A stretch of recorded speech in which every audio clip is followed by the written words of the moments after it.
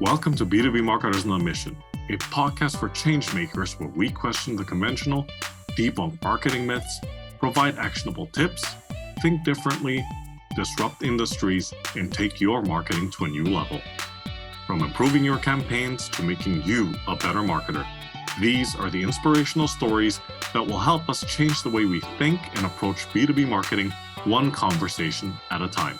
This podcast is brought to you by Untitled Consulting, helping you to stand out in the market and drive revenue to your B2B business. And now your host, Christian Klepp.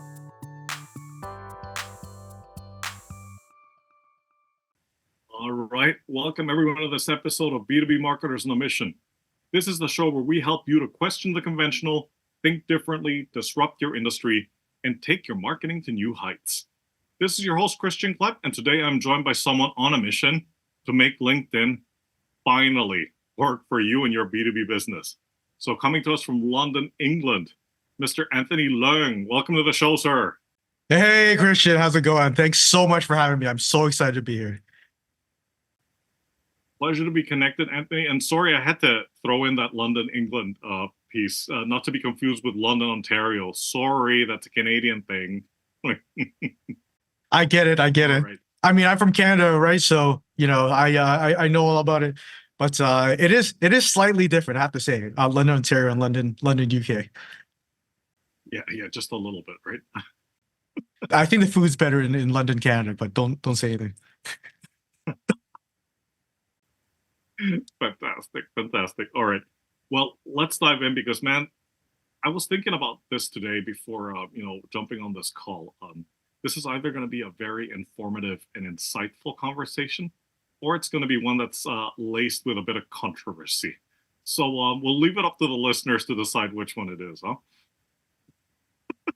A little controversy never hurt anyone. So let's go. Let's roll the dice. Let's see what happens. Absolutely. All right.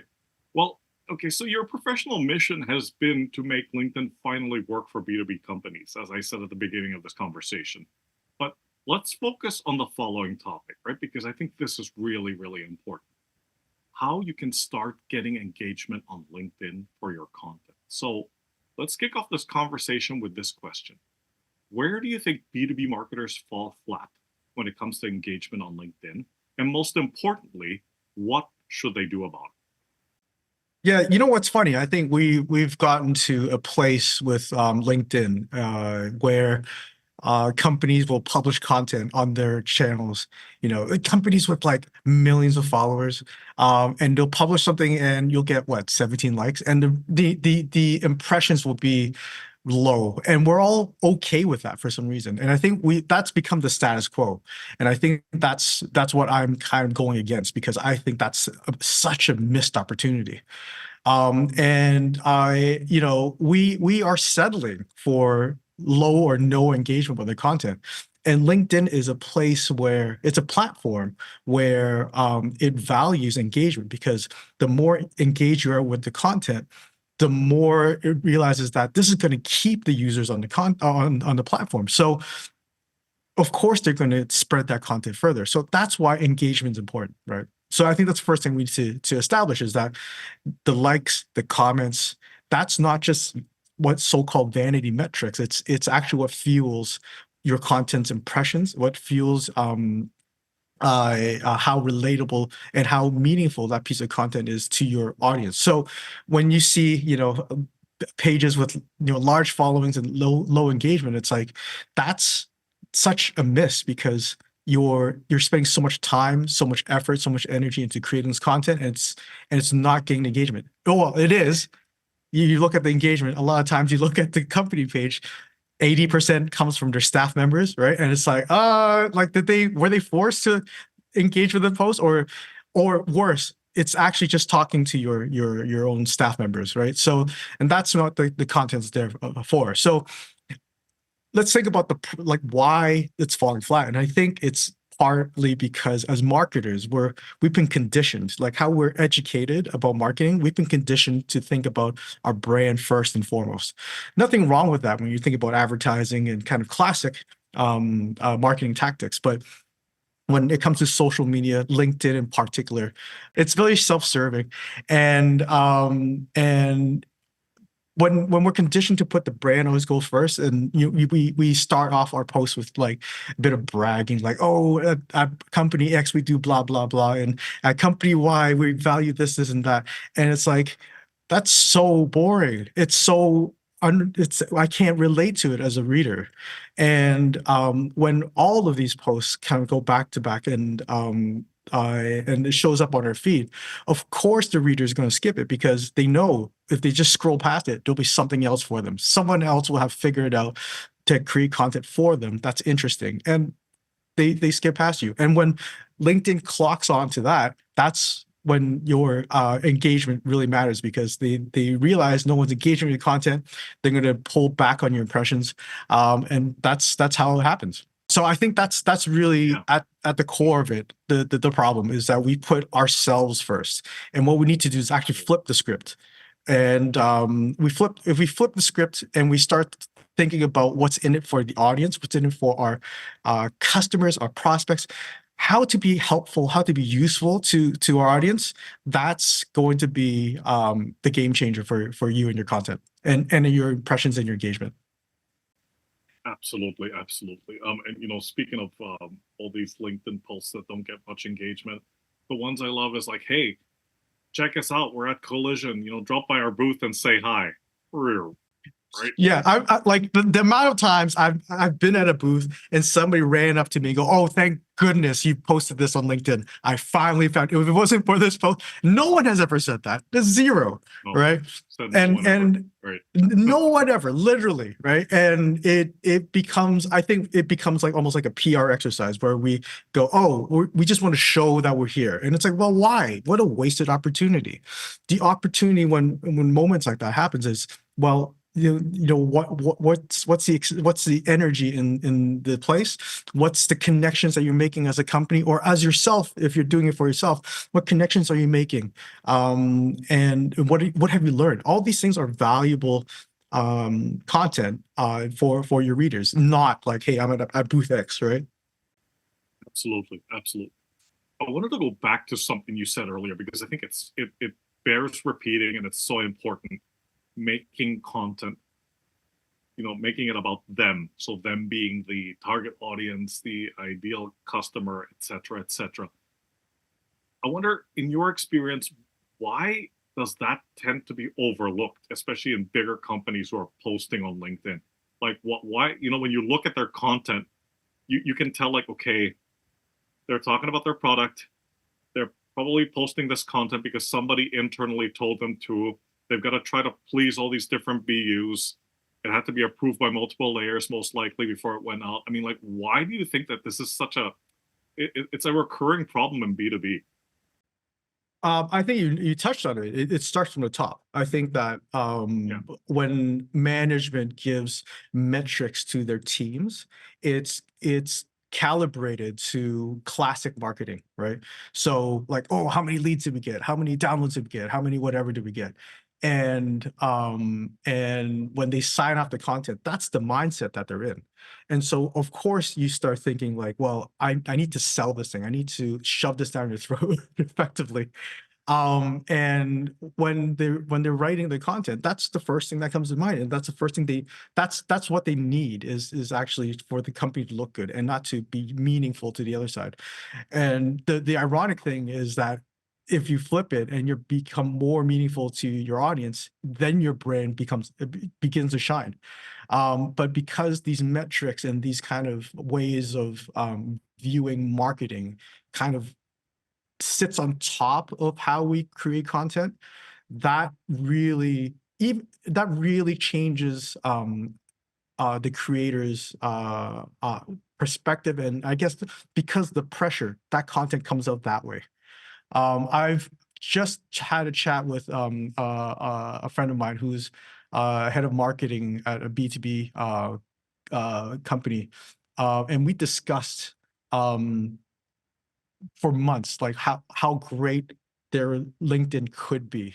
6 months later, it's at a place where they don't like and they try to avoid. And to me, it's such an illustration to your point, which is even when somebody has the will to want to turn it into something meaningful, that top-down pressure turns it back to something that just becomes very bland. No, fantastic. Thanks for bringing up those points. Are there any other, I would say, mistakes or misconceptions you see out there with regards to engagement on LinkedIn? And yeah, if you could talk about those a little bit. Misconceptions about LinkedIn. Do you mean like how it's used, or do you mean like Specifically on, how to succeed on it? yeah, it's specifically on this topic about LinkedIn engagement. I mean, I know there's a couple of gurus out there that are telling people, oh, you should be doing this on LinkedIn instead of that, and just if you could, just maybe like I don't know, with three to five or All right. This. You wanted controversy, Christian. We're getting it. go on, bring it. All right. So here are a few things I when I see on LinkedIn, I kind of go, I'm not so sure about it. Right. The first thing is that the first narrative I see is engagement doesn't matter. I see a lot of people post sometimes, and it's the people who post and don't get engagement. I think that's like them kind of like going, well, it's fine because, right? But the narrative goes something like, it doesn't matter if people are clicking like, it doesn't matter if they're commenting on your post, because I'm still getting business out of it. It's partly true. It's partly true that when you at the very least show up on LinkedIn, you're part of like the 1% of users that are actually creating content. And so you're already standing out. But my argument is that if it's not getting engagement, then it's not getting the impressions that it should be getting. So that's a massively wasted opportunity.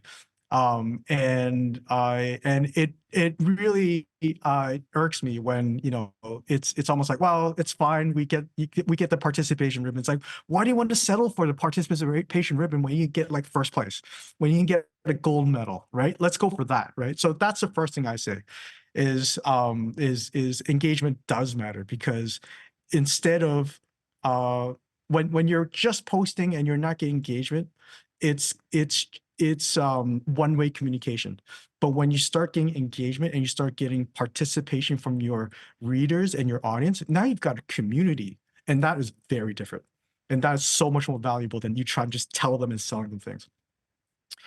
Not to mention also it gives you more impressions on your post, so that's definitely a bonus.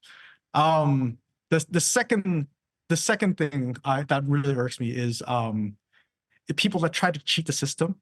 So the theory goes, if LinkedIn values engagement on my content, then all I need is a bunch of people to fake engage my content, and I can hack the system. And I have been part of these link. Yeah, yeah. Say it again. It was deeper and more scary. Beware the pods. Beware the Beware pods. the Ides of March and the pods. Mostly the pods. But these pods, for any listeners who don't know what LinkedIn pods are, it's basically a group of people that their only relationship with each other is to like and comment on each other's posts, so that it, in theory, I'm doing air quotes here, boosts your content impressions. And from my experience, because I just went in and just to for research purposes, but also to see what's up in there. But the engagement that it gives you is meaningless, because they go in, they like your post, and they leave, or they give a very robotic answer that basically just repeats what you said in your captions, and they leave. And LinkedIn clocks in on that. LinkedIn knows that it came through a link, that they saw this thing, did something really quick, and just bolted. And that does not at all help your impressions. In fact, the posts that I leave out of the pods actually do better. And the only way to cheat the system or beat the algorithm is actually just to create good content, and content that's meaningful, and that content that's rooted in your values and rooted in something that's helpful. So if you want a surefire way to beat the algorithm, well, Actually, it's actually just to do content, do good content. Um, and I think the last thing that irks me is people that goes, oh, you've got to post every day. That's going to help beat the algorithm. And it drives me nuts because I've tried to do it myself, and you've only got so much time and energy per day. And when you spend it all on trying to hit a quantity of posts, it's exhausting. And you start kicking yourself for missing days, and you're like, but nobody on the other side is going like, well, what's Anthony up to? Why isn't his post up to date? Literally, nobody's waiting for this. It's only yourself that's giving yourself this pressure. And when that pressure comes, it's very similar to that top-down pressure that comes from in the company, and it changes how you create content, and your energy changes, your content changes, and the audience feels it, and you start. In my case, I start getting less engagement, and my content starts becoming less meaningful. So I've done a test where I didn't post for a week, and then I posted something which actually ended up in my top 20 posts of the year. So if there's any doubt that this narrative of like you've got to feed the algorithm every day, that for me, I've proven it myself. So I've got receipts. Yeah, that's a really good point. I mean, that's probably the reason why I wasn't able to sleep last night, because I realized that you hadn't posted on LinkedIn every day. I apologize. Mystery solved.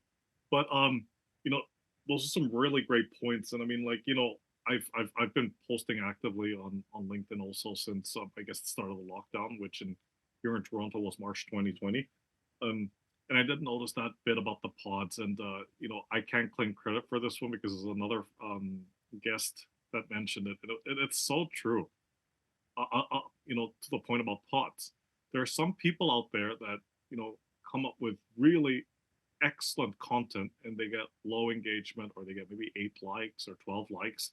And then there's other people that put out, to quote him, these absolute nothing burgers, right? And they get 400 likes. And there's telltale signs, and I think that was your point. You see the comments, and they're like, "Oh, absolutely amazing, fantastic, love this, excellent," and it's all this like what you said. It's so it's just not genuine at all. It's like, okay, well, you had nothing else to contribute to the conversation except to give this post a thumbs up, right? Yeah, I think when we look at when we're able to only see the engagement stats on one side, on the outside, we Yeah. look at it and we go, oh, I wish my post had 400 likes. I wish I had a bunch of comments. I wish blah blah blah blah blah. Yeah. But the key is to look at those engagement stats along with your impression stats, which you don't see. That's the other side. Yes. That's only the author can see. Right. Because you can get high engagement and low impressions, and that just means that your content is not relatable to a large group of people, right? It's That's right. if you use a pod and you get high engagement, it just means that a lot of people are trying to get you to like their post too. If you get high engagement and low impressions without a pod, it means that you're speaking to your audience, direct audience, very well. It could be a post about you changing a job or getting a promotion. Those people are celebrating you. That's also a win. But if you can get the content that's high engagement and high impressions, that means that you're saying something that is hitting a nerve in the industry or in your target audience. That's great content. That's the content that we want. Absolutely. Absolutely. I'm glad you brought up that point, because that's such a great segue to the next question, which is about conducting the right research for developing content on LinkedIn. Because, to your point, to get that engagement, you have to develop content that is good quality, it's relevant, it's insightful, it's interesting, but you don't develop that out of thin air, I hope. Right? But talk to us about that. Like, why is it important to do research? So I'm going to flip it on its head a little bit, because I think that when we think about researching for content, we immediately think about our product or service, our the pain points of our customers, all these things.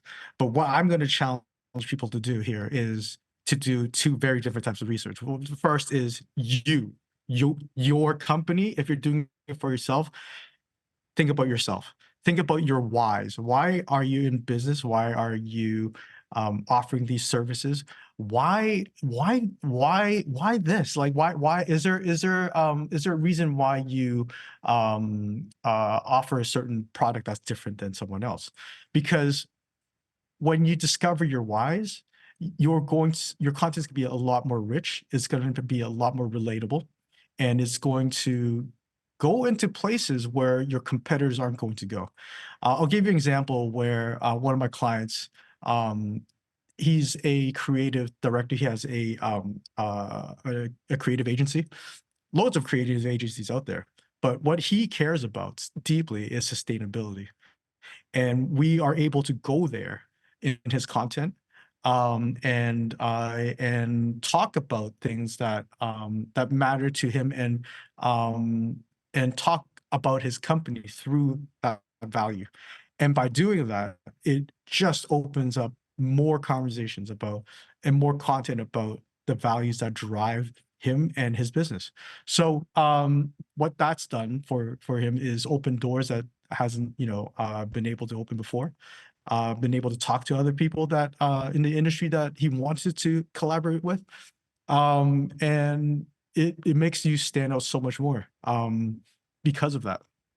So do that research about your whys and what makes you tick and what makes you different, because even for me, log on to LinkedIn and there are thousands of supposed LinkedIn experts, and I'm in a sea of all that. And what makes me different, the only thing that'll make me different is my values, and my core. So once you map that out, you're going to have a place of confidence that you can go to go back to creating your content. And that's incredibly important, because without that, you're going to just continuously try and chase trends or chase ways to hack the algorithm, right? And when you have that confidence to know why you're telling your story, all those things don't matter anymore. The second part of research is actually them, your audience, right? Their whys and their reason for being. And I'm sure there's a lot of these. You've done a lot of this already, right? So I'd be surprised and shocked if you're sitting in a marketing position, you don't know anything about your audience. But think about also what values that crosses over with you, after you've researched on your whys, because those are going to be the greatest pieces of content you'll ever get is when you cross between the core values between your audience and yourself. And yeah, it just goes back to not second guessing anymore. And that also goes back to our what we said in the beginning about creating content that's for your audience. If you don't know why they're here for you or why they value you more than your competitors, you're not going to be able to know how to deliver that value to them in your content. So that's important. And yeah, I would say those are what I would go into in terms of research. Great points. But now I'm going to play the devil's advocate, right? Because I know that you're probably facing this a lot, right? Totally understand where you're coming from in terms of conducting the research. So I call it the soul searching. So it's like doing the internal research and then the external with the customers. But what do you say to those doubters? And there's a few of them out there that say, but Anthony, we don't need that kind of research to produce content on LinkedIn, right? Why is that? Why is that so important? Like, we don't understand why you're giving this so much priority. What do you say to those people? Well, I'll tell you right now, I think there are two camps of people. And it's the same camps of people in any discipline of marketing or any channels of marketing.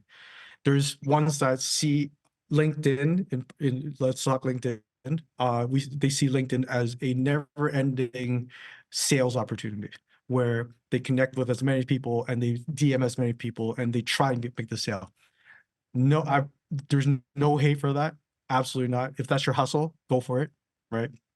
But that doesn't build you a long-term brand. That doesn't when you stop that activity, or if you're using ads, when you stop spending on those ads, people, that's when people forget about you and your services, and because you're not paying to be there anymore. But when you're talking about values and you're talking about something that's beyond that transactional relationship, it's such an obvious relationship, but when you go beyond that, that's when they'll start remembering you. That's when they'll start putting you top of mind. All these wonderful jargons that we say in marketing that we want to achieve, we achieve that without needing to spend endlessly. That's, everybody goes back to brands like Nike. Three little words, just do it, means so much more than brand X who does shoes. That we'll never remember. That's what happens, right? Same with Red Bull. It's like they're an energy drink, but why did they kill off all the other brands when they've embedded themselves and be meaningful in extreme sports? People remember that. And those are values. That's what it means, right? It's beyond, hey, if you give me money, I'll work for you. Absolutely, man. Absolutely. Okay. Moving on to the next slightly controversial topic. What's your take on B2B influencers, and should companies be using them, and why? Well, I'll tell you the most incredible use of influencers I've seen on LinkedIn is when Succession was coming back out, and they had LinkedIn influencers go to like a premiere. I'm like, that's genius. That actually makes perfect sense. But beyond that, when we're talking about the day-to-days, I think that it's important for companies to work with people with high influence. I think that's helpful because those people have already an audience. But at the same time, they can't slack on their own influence, because I've seen companies that hire brand advocates or brand champions, and their entire LinkedIn strategy is for that person to succeed and to get a lot of influence. And the problem is that person will leave at some point, and they take all of that wonderful influence with them. And you're now stuck at ground zero, and you have to build this thing all over again.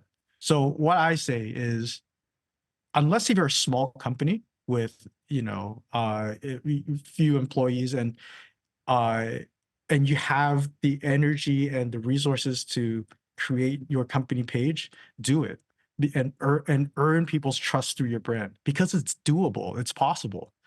Look at DeWalt, of all people. They're a power tools company, and their LinkedIn is off the chains. If they can do it, you can do it. And they spent, it's clear they spent time and they spent resources on developing communications with their audience that makes their values pop. They know why their audience is there. They know why their audience love their products, and they celebrate it through their videos and their images. So they can do it. You can do it too. Yeah, no, absolutely, absolutely. I mean, it's almost sometimes like a balancing act, but to your point, and I'm not sure if this is the right term, but it almost sounds like some companies do it to temporarily inflate their figures, right? Because it's almost like I hate to say the word hack, but it's like a shortcut to just it's like expediting the process a little bit, right? So Yeah, sometimes it's about sometimes it's about just a pat on the back. It comes down back to purpose, because if the purpose is to make the CEO feel better about their company, or feel like, oh, hey, they can go to a dinner with their friends and go, look how many likes this post has gotten, then job yeah, done. But yes, what a waste. What a waste. exactly. We should be using this platform to be talking to others. We should be using this Mm, platform to be connecting, making real connections with people, because it happens. Because this happened. This is this is an example of a real connection off LinkedIn. I've never met you in real life. I don't know what you look like Not beyond yet. this screen. And I'm yet afraid we this are is as here good as it having, gets, man. but yet here we are having a meaningful conversation about marketing and LinkedIn Right. and helping people and being and having a mission beyond just selling stuff. That's why we connected, and that's why I'm here, right? So this is a testament to that. Let's face it, like you're not going to be best friends with everybody that you connect with on LinkedIn, and I don't think that that's the objective of the exercise either, right? It's to connect with like-minded individuals. I always talk about like exchanging ideas, exchanging perspectives. We may not always have the same perspectives, and that actually makes the conversation even more interesting, right? Because I think if everybody just agrees with everybody, that would also be slightly mundane. Agreed. um, But for me, the mm, power of this platform isn't just a one-off. It isn't just like, no, exchange. absolutely. It's the idea of showing up and showing up often and being meaningful every time, Yes, right? absolutely. And that's what, I kind of slag off posting every day, but you do consistency is important, right? If you can't do every Yeah, day, don't kill yourself over it. Try once a week. yeah, Start with that. But once you're consistent, and every time somebody fires up LinkedIn and they see you, and they see your content and they go, oh, that person is insightful or funny, or or they get me, or there's, oh, I can really relate to this, or they solve my problems every single time, and I can't wait to see that person again. You're on top of mind, right? absolutely, That's the power of it. absolutely. And speaking of which, this is a two-pronged question on the topic of personal branding. Okay, so the first question is, do you think, or why is it important to have a personal brand on LinkedIn? Then number two is, how can companies leverage people within the organization who have a personal brand to become advocates? Okay, so I'm going to have you might have to remind me of No the problem. questions again. Okay, so the first one is um The first one is like, is it why is it important to have a personal brand on LinkedIn? So I think it's funny that we see personal brand as this like this exercise that needs to be done because you're in business. The truth is we are always working on our personal brand, right? When you pick up a coffee and how you treat the barista, that's your personal brand. How do you treat people? How do you are you jovial? Are you a jerk? We don't know, but that every interaction with people is building your personal brand, right? And I think that we only gave it a term for LinkedIn and for blogging and for digital and for PR to formalize it into something that we can kind of be tangible as a job that we need to do. But the truth is, it's actually just ourselves, right? And so regardless if you want to work on your personal brand or not, you are already doing it, right? You you're on networking events and you're talking to people, you are talking to clients, you are talking to prospects. That is all working your personal brand. And but what LinkedIn does is that it gives us a place to congregate all of those stories into one place and continue building more influence with it, right? And so when I go, let's say, go speak at an event and I make all these great connections, that's building on my personal brand in real life.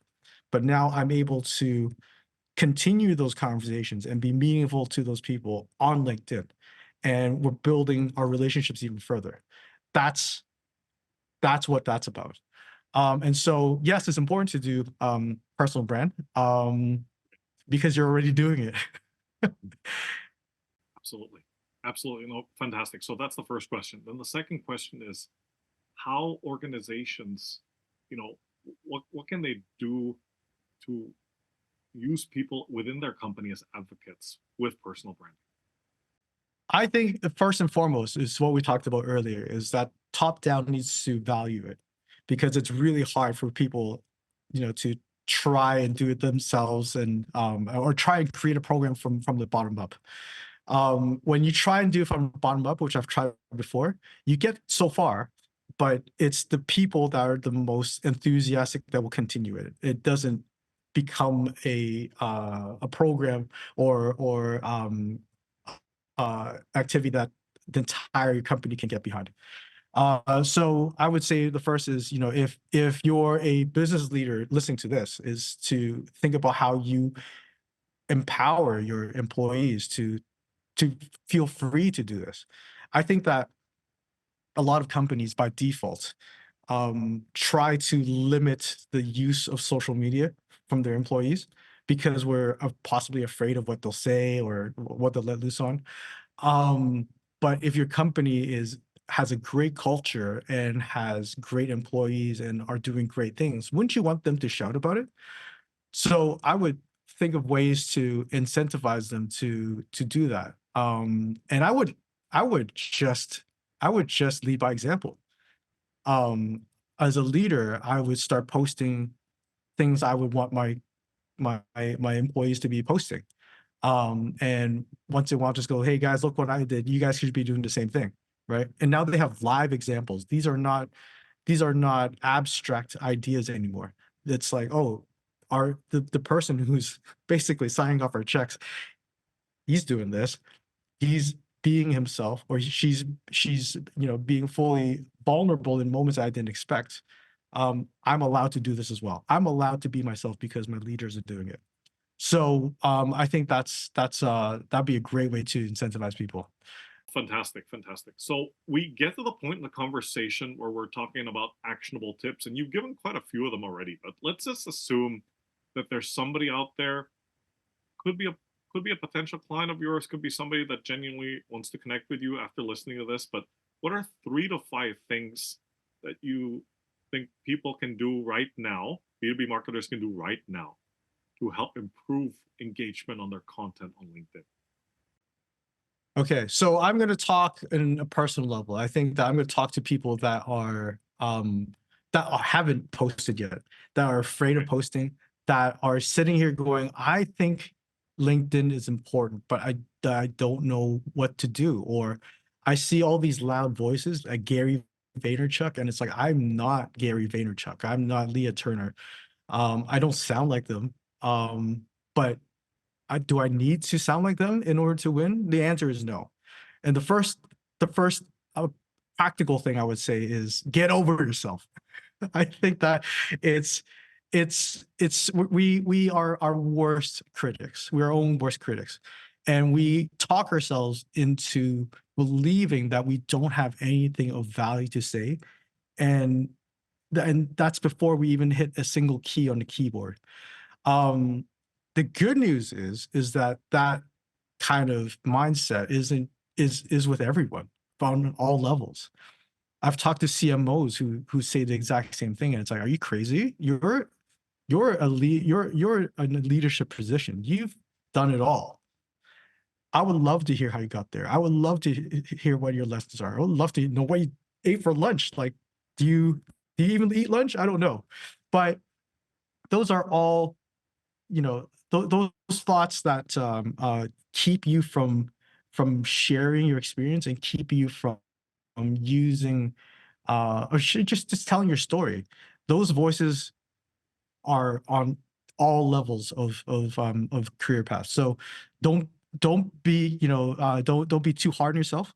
And the moment you start realizing that you've got actually a lot of value that you can be offering to anyone, um, I think that's when you realize you've got something to say. Your content's gonna be great.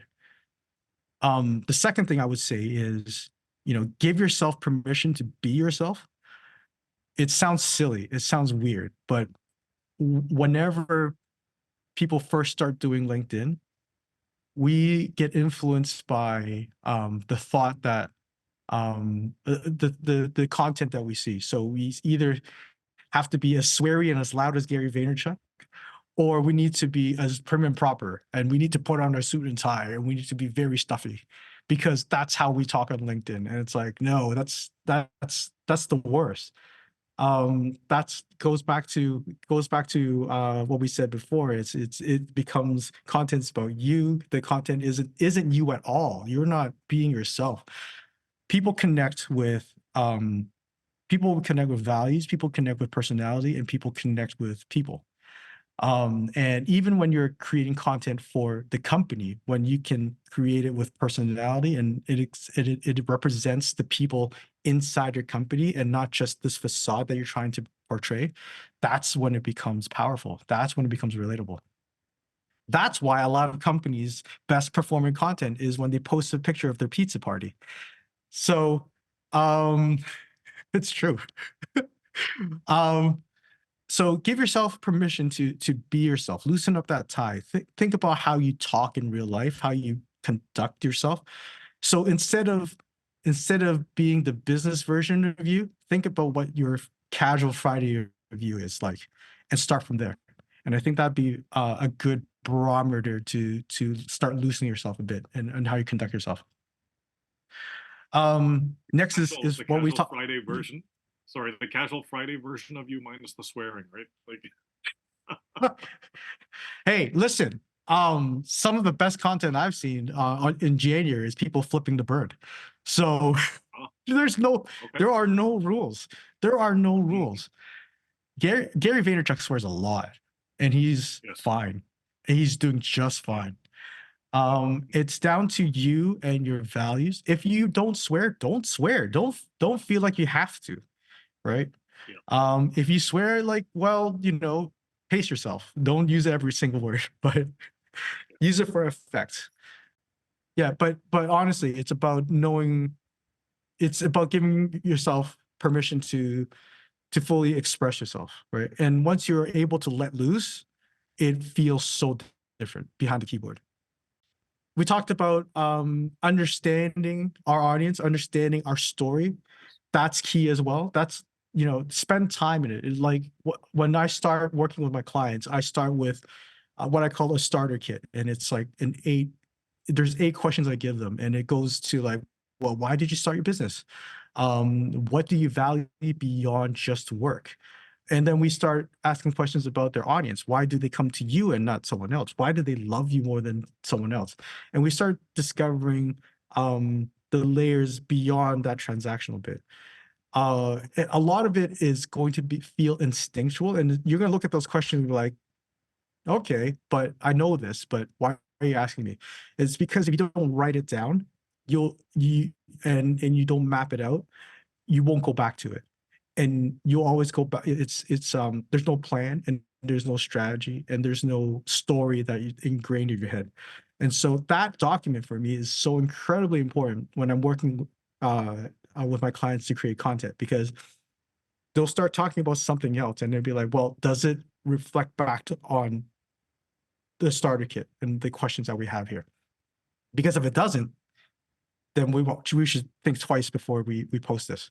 But if we do find a way, oh my goodness, there are ways that you can talk about winning new clients or winning new work that goes back into your company values, that goes back to your personal values. It's so much more rich, and it's so much more meaningful, and it gets so much more engagement. Fantastic. And one last thing I would say is that I think by default, when we first start thinking about LinkedIn, we think about really long content. It's like, I need to do a video, I need to type like thought leadership or something. And I feel like thought leadership is meaningless without examples of it being in action. So think about if you're in the company, think about the events that you put on, think about the places that you're going to be a part of the community or to enrich the community. If you're doing it for yourself, think about these personal things that you do, people that you meet up with, leaders that you have just had a coffee with, learnings that you just had from an event. But show how active you are in the community, because being part of a contributing part of community is just as important, if not more important, than showing that you're a thought leader. There can only be a few thought leaders, but then some of those can be faked, but you can't fake the fact that you're within the community and you're a part of it. Fantastic advice, man. Fantastic advice. So I've just been furiously taking notes while you were talking. So let me see if I can recap this quickly. Sorry, I didn't mean to make you spit your water out there. It's all right. What's a podcast without a spit take? Right. So let me see. Get over yourself. Okay. Remove that self-doubt. And then the second one is be yourself. So like just write the way that you talk in real life. And depending on what kind of person you are, that may be a good or a bad thing. Understanding your audience, I think, is key. I mean, that is so we can't repeat that enough, right? That you have to know what you're writing this for.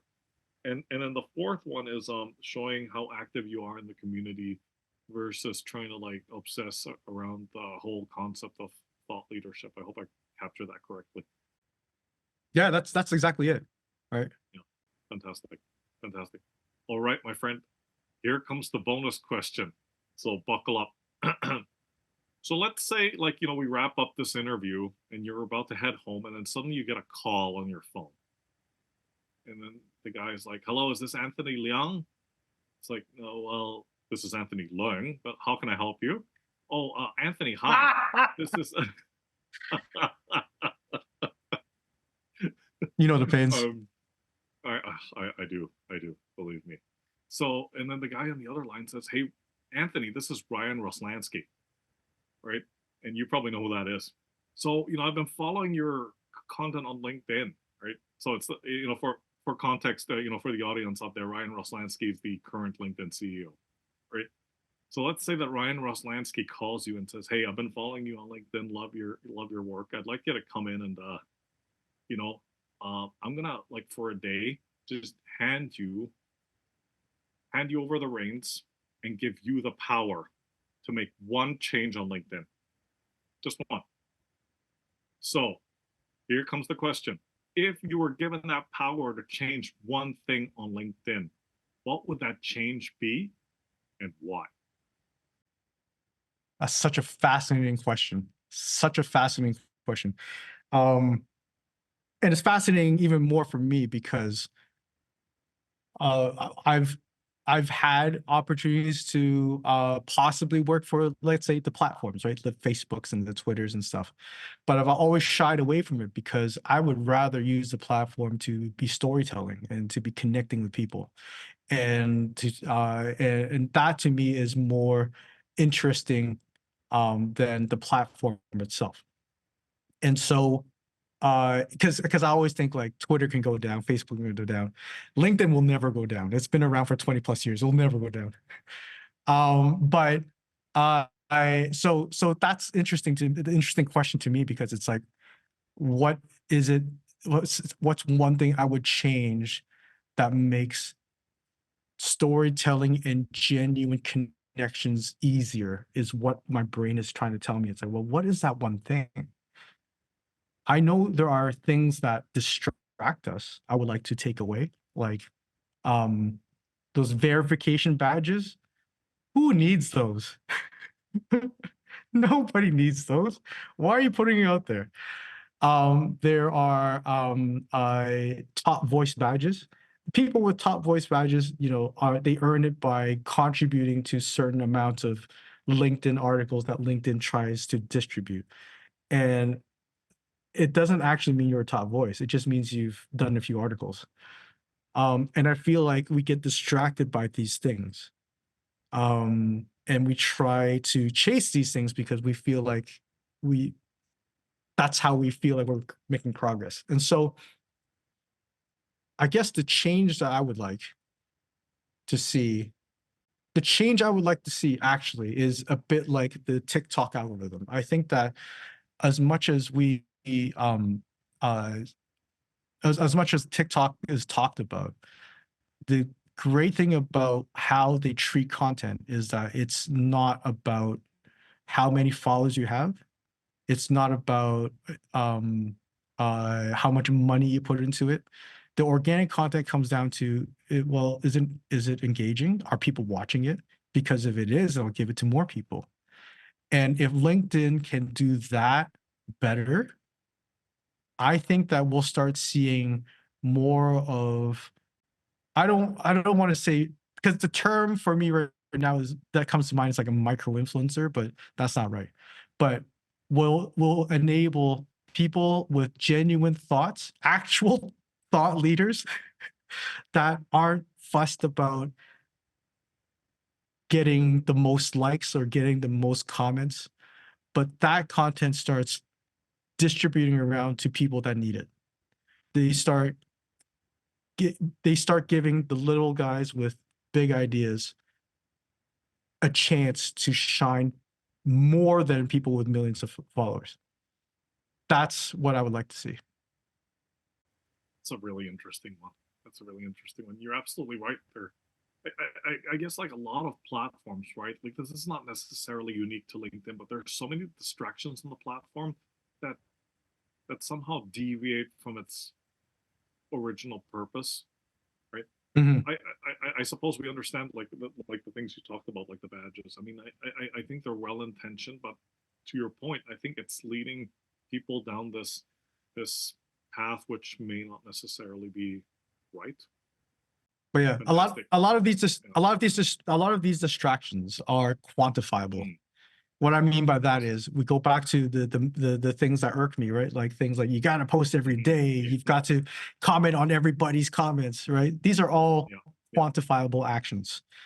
Yes. And I think that's why it gets preached a lot, is because they can go, Mm. well, you're not doing well because you didn't post every day.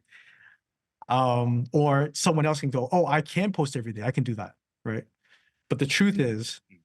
the hard work of understanding your story, your values, Yeah. and your relationship with the audience, you unlock that, that's going to beat any algorithm. I don't care if you're on TikTok. I don't care if you're on Facebook in 1995. It's the same thing. Absolutely. Absolutely.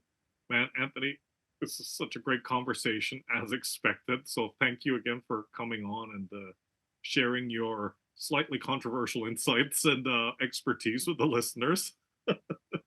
So please, quick intro to yourself and how folks out there can get in touch with you. Yeah, my name's Anthony Leung, and I help you make LinkedIn finally work for your business. So I work with companies as well as business leaders to make the most of LinkedIn through discovering their voice on LinkedIn. And yeah, you'd be shocked to know that you can find me on LinkedIn. Yeah. I know, crazy, What? crazy, but but if you search for Mean Right Hook, that's MEANWRITE HOOK, you'll find me on LinkedIn. You'll find also my company page, but hit me up, hit my personal page up. Send me a DM. Don't be shy. In fact, if you send me a DM, I'll send you the starter kit that I send all my clients. It's the first thing we do, and that will, I've sent to other people where it's unlocked their thinking about uh how to storytell their story on LinkedIn. So I hope it's helpful to you as well.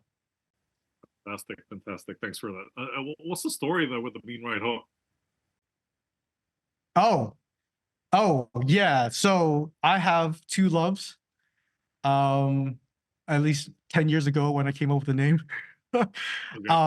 I had a love for mixed martial arts, Oh. bit of organized violence, and good puns. And Mm. so when I had to think of a name for, I wanted to start my own business like over a decade ago, I was like, oh, okay, this makes sense. You give a me right hook, and it's me right hook because I firmly believe that regardless of regardless of if it's a movie, a book, a TV show, a Mhm. poster, a LinkedIn post, it all starts with good writing. It all starts with Mm. good intentions, and it all starts with Yeah. good storytelling, and that's why you give me right hook. Fantastic. Fantastic. All right. Anthony, once again, it was a pleasure. Thanks for your time. Take care, stay safe, and I look forward to catching up when you finally make it over to Toronto at some point.